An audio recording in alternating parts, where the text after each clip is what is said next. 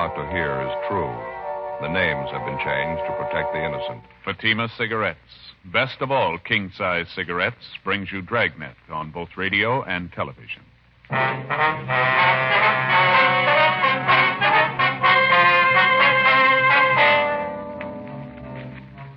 You're a detective sergeant. You're assigned to vice detail. A professional gambling ring has set up operations in your city. Dozens of citizens are being victimized. The gamblers keep on the move, changing their locations day to day. Your job? Get them.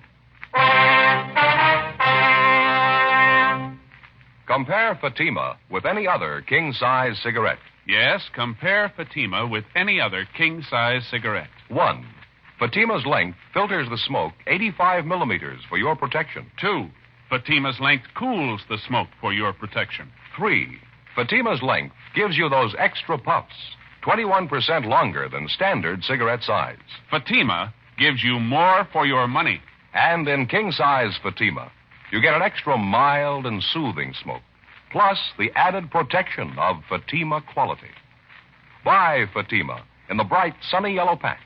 Best of all, king-size cigarettes.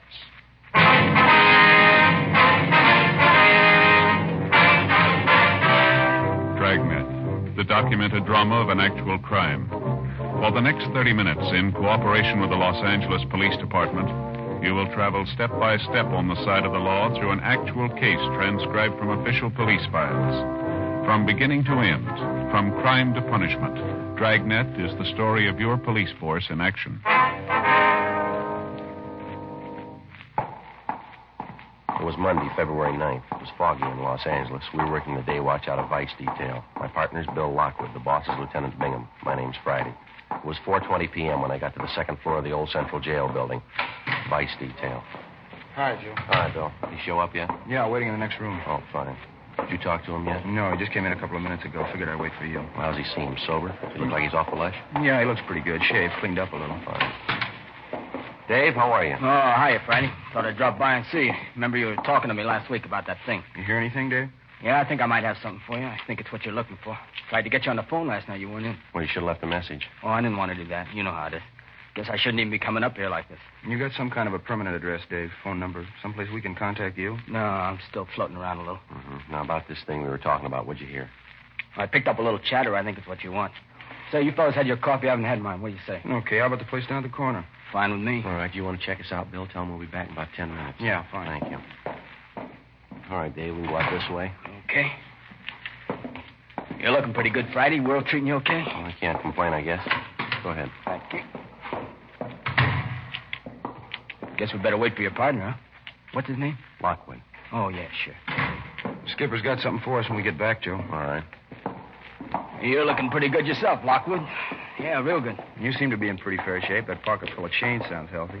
That's not too good. Still got a few dimes to rattle. Hasn't been coming too fast lately, though. Mm-hmm. You still setting pins down there at that bowling alley? Yeah, uh-huh. A lot of help hanging around, though. They really got to hustle for it. That's so. Oh, yeah. A lot of the alley's changing over to those automatic machines, you know. Mm-hmm. Quite a few guys out. Lousy machines can set pins better than a man can. Hi, Matthews. How are you? Hi, Joe. Hi, Bill. What do you say, Jack? Not too much.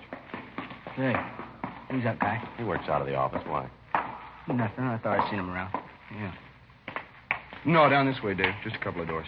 Oh, yeah. By the way, did you hear anything about Tony? You know if he's in town? No, I've been working on it. That dirty Tony, he's not going to show. Go ahead, Dave. Yeah, well, thanks.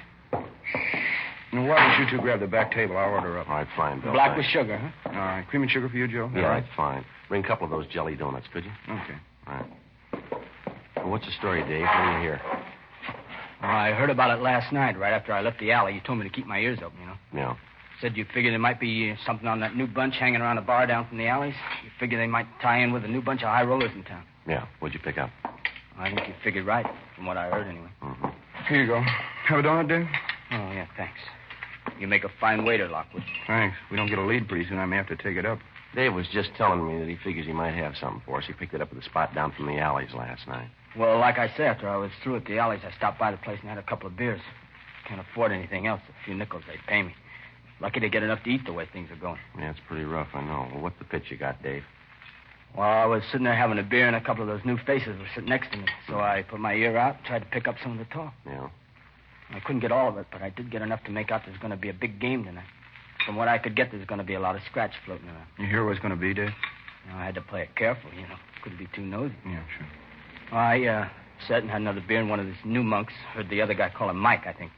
He asked the bartender for change to make a phone call. He got the change, went over the wall phone. I got up and drifted over that way. I made out like I was watching the shuffleboard. I caught some of his talk. Now, what was that? Well, he was talking about some big game tonight. I heard him say to the guy on the other end not to show up before 11:30. To get an address? Yeah, He said he'd be back of an empty store building down on Gibbons Avenue. You get the number? 9122. What was that again? 9122, is that right? Yeah. Gibbons, huh? Yeah, I'm pretty sure. As soon as I got out of the place, I wrote it down. Wait a minute. I got it. Let's see.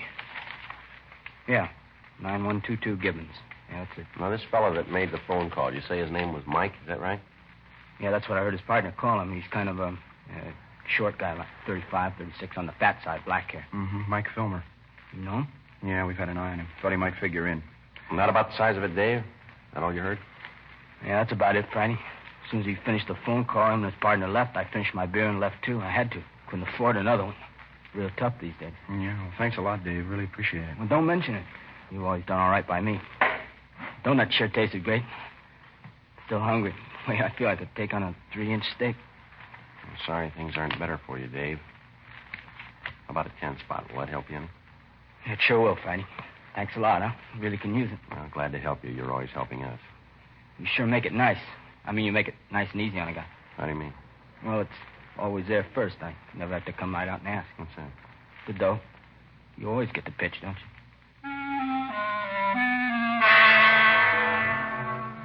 Almost a month before, we had begun receiving complaints about a newly established gambling ring which had set up operations in the city. After the first few complaints, we succeeded in identifying some of the men involved in the ring and also some of the places they frequented. The nature of most of the complaints against them was such that we knew we were dealing with a well-organized criminal element. Even if a player happened to win at one of the games, after he left the location, he was beaten and robbed. Despite the fact that we had some of the suspects identified, we still lacked sufficient evidence to prosecute them successfully. The various victims either would not or could not identify the suspects. We knew the gang was running 3 or 4 games a week, each one of them at a different location, each one of them at a different time. In the trade, that's known as a floating game. After we left our informant, Dave Carter, we headed back to the office and briefed Lieutenant Bingham. That afternoon, we checked the address on Gibbons Avenue and found it to be a vacant store building with a for rent sign in the window. There was an entrance in front and one in the rear, windows along both sides of the building, and a plasterboard partition dividing the inside of the store into 2 parts. The place was deserted. At 10 o'clock that night, Bill Lockwood and I staked out in our car down the street from the store. Sergeant Fred Taylor and Jack Matthews were staked out in their car from another point of observation. We were in constant touch with each other by 3-way radio. 10:30, 11 p.m., 11:30. 1K87 to 1K80, come in. 1K80 to 1K87, go ahead. Joe, did you notice the lights come on in the back of the store a minute ago? Yeah, 2 men. They went in the back way, parked their car just down the street from us here. Did you see anything else? The car just pulled up down the street from us. 2 men getting out, heading for the store. Joe, just a minute. Yeah, they're going that way. Yeah, I see him. They're going around the back, Joe. Looks like it's going to pay off. Let's sit on it a while. KMA 367. We waited. 11:45. A blue pickup truck pulled up and stopped a short way from the front entrance to the store. We saw 2 men get out and go around to the back of the truck and unload half a dozen large boxes, which they carried around to the rear entrance of the place.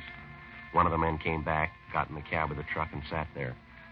Midnight, 12:15 a.m. Over a period of half an hour, we watched 18 persons arrive from different directions and enter the store from the rear. 12:30, 1 a.m. There were no new arrivals. We waited. 1K87 to 1K80, come in. 1K80 to 1K87, go ahead. Not much activity down here, Joe. Looks like it's pretty well set. What do you think? Yeah, I think we might as well hit it. Same way we laid it out, huh, Fred? We'll wait until Matthews picks up the lookout, the man sitting in the truck. Right, Joe. Jack, you want to go ahead and grab and go wait. He's on his way, Joe. Okay, as soon as he picks him up, we meet in front of the place. Bill and I'll take the front. You cover the back. You got that? Okay, Joe. Oh, hold on a minute, will you? Yeah, Jack got him. Bring him back to the car. Okay, let's go. KMA 367. You got the car keys, Bill? Yeah, let's go. All right. You figure that's the best way Joe Toole was going in the front? Well, it's probably where the rush is going to be. When Fred goes through the back, they're sure to start for the front. Okay, Joe? Yeah. Jack's got the lookout in our car. He'll wait for us. Right. Now, what do you think about this, Fred? You go around and hit the back door. As soon as they hear you inside, they'll probably start for the front. We'll take care of them there. It's a good idea. Give me half a minute to get back there, huh? Right. Watch yourself. All right, Joe. Let's go.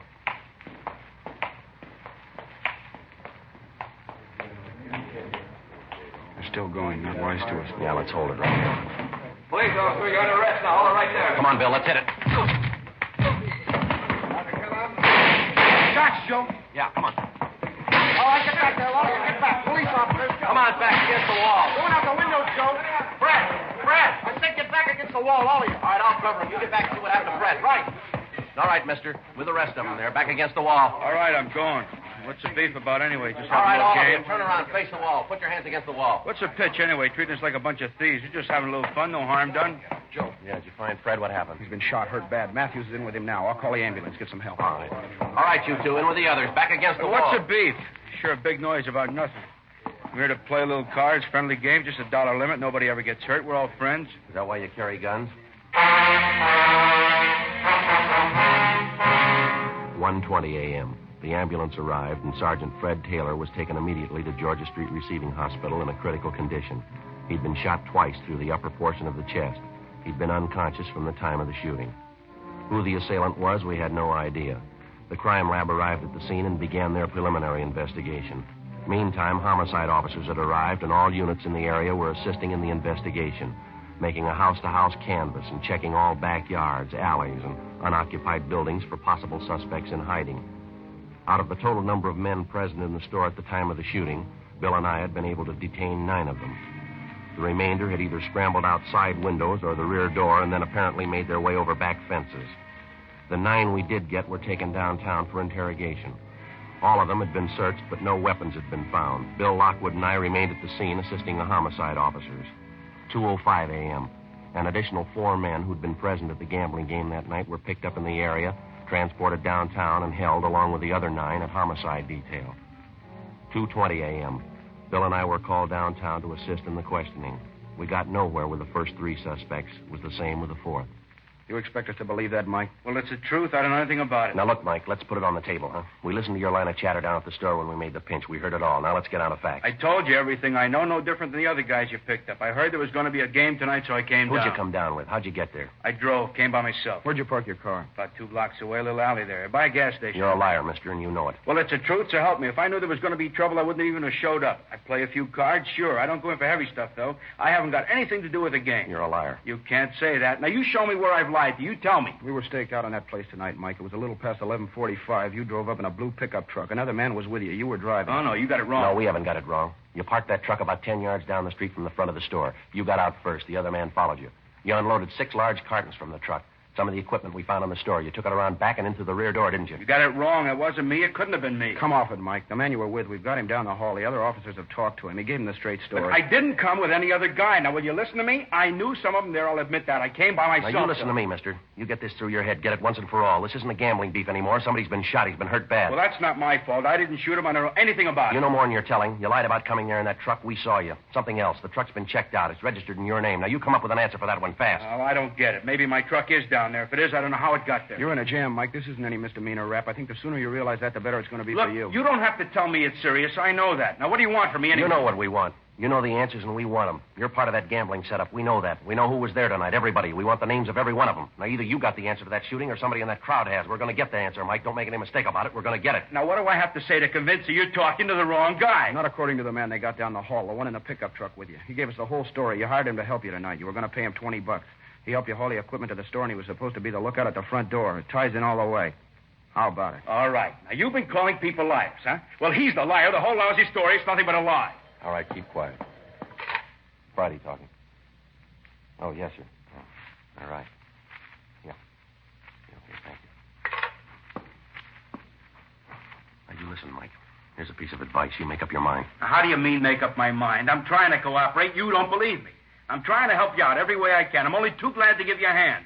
I know you got a tough job. You got my Now, sympathy. don't you worry about us, mister. From here in, start worrying about yourself. You're going to do a lot of it. I don't know what you're talking about. That policeman, he just died.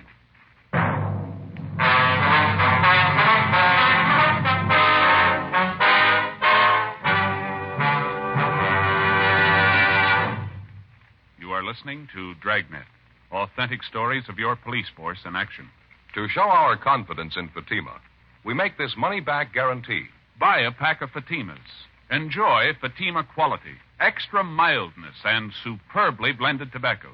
If you're not convinced Fatima is better than the king-size cigarette you're now smoking, just return the pack and the unsmoked Fatimas by August 1st, 1952, for your money back plus postage. Fatima, Box 37, New York 1. Prove Fatima quality yourself. Compare Fatima with any other king-size cigarette. 1. Fatima's length filters the smoke 85 millimeters for your protection. 2. Fatima's length cools the smoke for your protection. 3. Fatima's length gives you those extra puffs, 21% longer than standard cigarette size. Fatima gives you more for your money. And in king-size Fatima, you get an extra mild and soothing smoke, plus the added protection of Fatima quality. Ask your dealer for Fatima in the bright sunny yellow pack. Best of all, king-size cigarettes.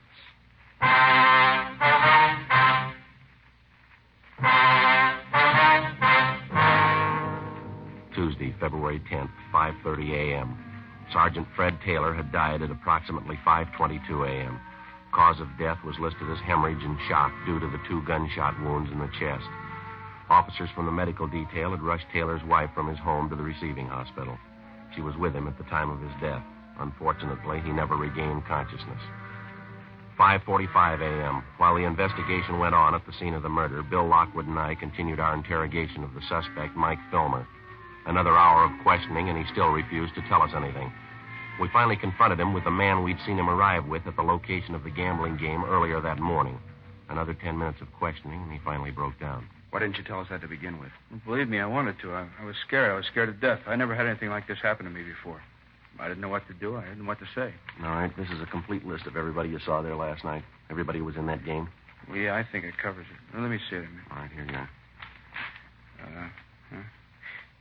are. Yeah, just about everybody. These are the only addresses you got, just these 3 here. Yeah, that's it.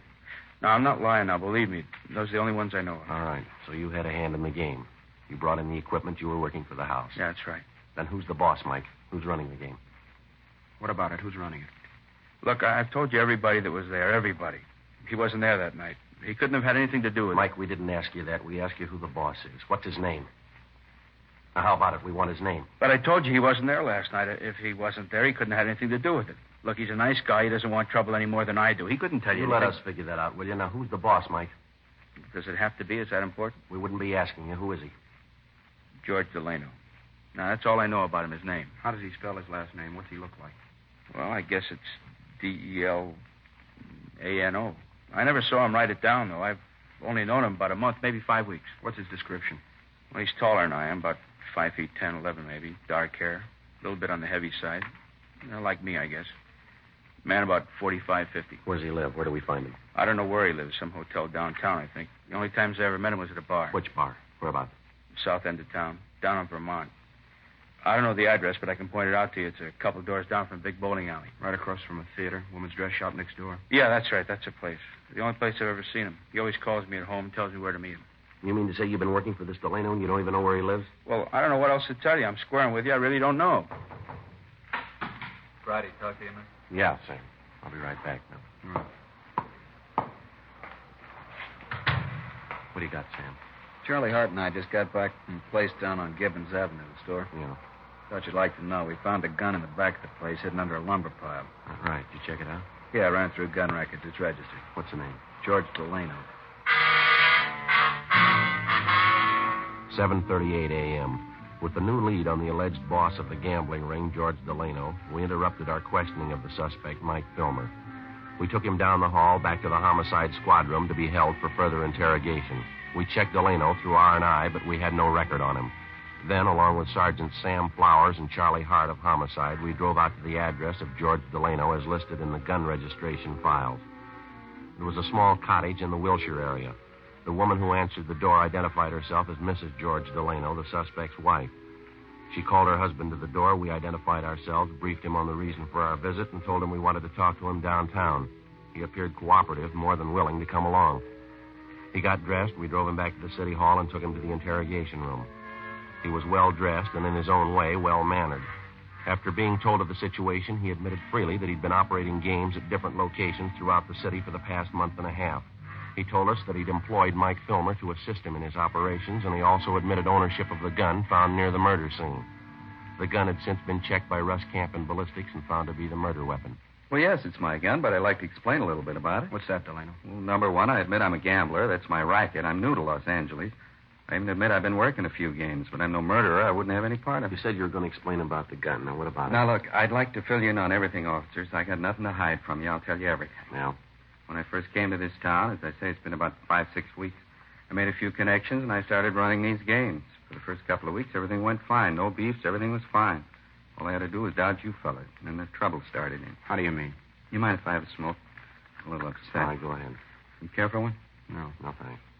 I want to fill you in from the start. I want to clear this whole thing up. Yeah, that's what you said. Yeah. Well, as I told you, the first few weeks, everything was fine. Then one night when the game was just about ready to break, a couple of punks came in, held us up. They cleaned everybody in the place, made a big haul. When was this? Where did it happen? Down on the east side. Punks took us for everything. You know how it is. I couldn't make a report to you. I just had to take it, cover the losses myself. Yeah, now how about that gun? I'm coming to it. This thing happens, and I figure that's the end of it. But no, a couple of nights later, they hit again. I still can't squawk. I have to stand the losses. Another couple of nights, they knock us over again. Couldn't do a thing about it. Losing money. All right, every we've heard all that. That's your racket. You can expect it. All we want to know is about that gun. Now, what's your story? I told you I was coming to it. After the third time they reached us, I hired a guard. Somebody stand watch outside in case of another stick-up. It's the only thing I could do. Yeah? Well, so I hired some guy to stand guard on the games. Loaned him my gun in case there was any trouble. And you told him to use it in case there was trouble. Yeah, that's right. How about a raid from the police? You tell him to use it for that? No. Matter of fact, I made a point of telling him about that. All he was supposed to use the gun for was just to fire it up in the air, maybe scare those punks off and warn the guys inside at the same time. We'll talk about that later, Delano. We want to know who had the gun last night. Well, the guard did. I told you I loaned him the gun. Who was the guard? What's his name? Where do we find him? His name's Jake. A friend of mine got him for me. Let's see, Jake Gleason. That's it, Gleason. Where's he live? Couldn't tell you that. I don't know. I always contacted him at a bar in South Vermont, place I go quite a bit. Be a little too early to catch him there now. What do you know about this Gleason? What's he look like? I don't know. I haven't seen him much. I guess you'd say he's about 32, 33, kind of light brown hair, tall. Ex-con, I think. Either he told me or somebody told me he did time. You knew he was an ex-con and you gave him your gun. Well, yeah, but I didn't tell him to shoot anybody. I made a point of telling him that. A dumb jerk, especially shooting a cop. All he was supposed to do was fire up in the air if those punks came around, scare him away.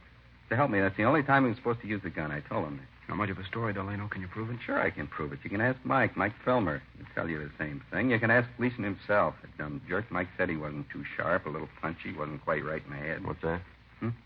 I said he was a little punchy, wasn't quite right in the head, Gleason. You mean you met him in a bar. You didn't know anything about his background. You knew he was an ex-con. You had an idea he wasn't too sharp. Maybe he wasn't all there. Is that right? Yeah, that's about it. And you put this man in a spot where you knew he'd be in trouble, and then you gave him a gun. Is that right?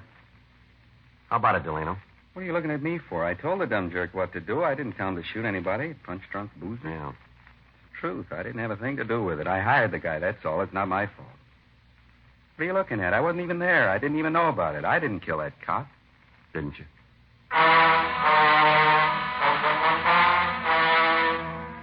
9:23 a.m. We continued questioning George Delano. He told us that he'd instructed Jake Gleason, the ex-convict, to stand guard at the rear of the store where the gambling games were held. He insisted that his instructions to Gleason were that if he had to fire the gun at all, he was to fire it in the air, and then only as a warning signal in case of robbery attempt. Delano was detained by homicide officers pending further investigation. We checked the name and description of Jake Gleason through R&I and found his record and mug shot. We showed the mug to Delano, and he identified it. Gleason's record showed him to be on active parole. 10:30 a.m., we contacted the parole office. They gave us his address, and Bill and I checked it out, a second-rate hotel on South Flower Street. The manager told us Gleason had left the hotel about 7:45 that morning and that he was not expected back until after 6 o'clock that night. He also told us there was a chance we might locate him in one of the bars around the neighborhood. 10:45, we started making the rounds of the bars in the immediate vicinity. The third place we stopped at was practically deserted. The jukebox at the back of the place was turned up to full volume. There was a smell of disinfectant, whiskey, and stale perfume. There was one customer drinking at the far end of the bar. It was Gleason. Stand up, Gleason. Police officers. All right. Shake him down, Bill. Clean, Joe. All right. Hands in back of you. Yeah? You want to kill that jukebox, Bill? Yeah. All right, you know why we want you. Yeah, I know. Knew there wasn't any sense running. I knew you'd be around. All right, let's go. Could you do me a favor? I mean, wait a minute, just a minute. Yeah? Just like to tell you I didn't mean it. I guess it's my own fault. I shot him. I shouldn't have had the gun, shouldn't have taken the job. I shot him. I didn't mean it. All right, come on. There ought to be a way, don't you think? I mean, there really ought to be a way. What's that? I didn't mean it. No reason to kill him. I didn't even know him. I just keep thinking there's only a way if I could take it back again, you know? Yeah, we know. I mean, if I could go back and change it, make it all different. I mean, right from the beginning, I wouldn't even look at a gun. I'd change everything. You bet I would. I wouldn't even look at a gun. If I only had the chance, you know? Second chance. There ought to be a way, second chance. You started with a gun, Jay. Yeah? You never had a first one.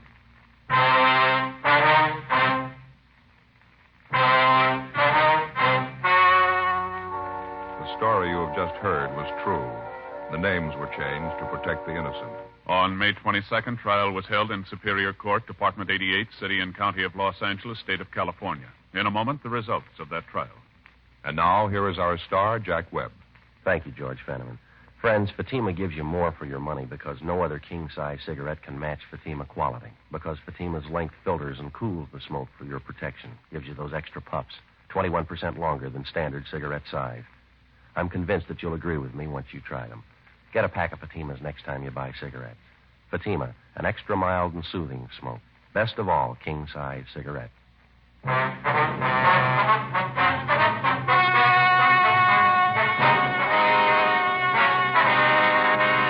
Jacob Allen Gleason was tried and convicted of murder in the first degree and was sentenced to a life term in the state penitentiary. George Delano, Mike Filmer, and all other principals were found guilty of violating the municipal code 43.01, gambling, and received sentences as prescribed by law. George Delano and Mike Filmer were sentenced to 6-month terms in the county jail. Others received proportionate sentences. Ladies and gentlemen, Mr. James Fox, director on the executive board of the Mystery Writers of America. Tonight it is with a great deal of pleasure that I, speaking for the entire membership of the Mystery Writers of America in all fields, present the Edgar Allan Poe Award for the second consecutive year for the finest radio presentation in its class, Dragnet. To you, Jack Webb, and your fine group of technicians responsible for the overall production of Dragnet, we present this statuette of one of the immortals in the field of mystery, Edgar Allan Poe. Thank you very much, Mr. Fox, and thanks also to the membership of the Mystery Writers of America. And standing by to receive his award also for the second consecutive year as the outstanding radio writer in his field and for the consistent job he does on Dragnet, Jim Moser. Here is your statuette. Thank you very much, Mr. Fox. Ladies and gentlemen, it's seldom indeed when the writer of any radio show receives his just and due acclaim. It's with the greatest of pleasure that we accept the Edgar Allan Poe Awards, as it is primarily a writer's award. All of us who have had a hand in bringing Dragnet into your homes each week are proud of our writer, Jim Moser. For as anyone in radio will readily go on record by saying and knowing that you're only as good as the script you read. So it's with deep gratitude that we receive the MWA Award, which best illustrates and confirms the high opinion which we all hold of our writer, Jim Moser. Thank you, Jack, and I'd like to express my special appreciation to our technical advisors from the Los Angeles Police Department, without whom none of this would be possible.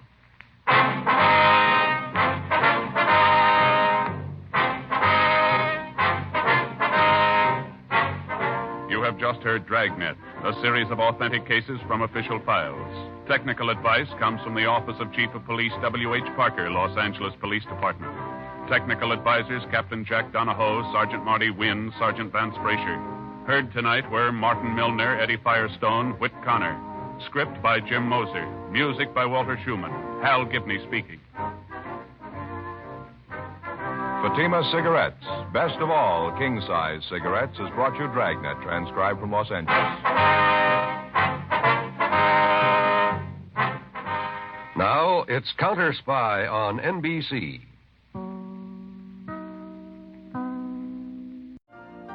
You've been listening to the OTR Gold Network.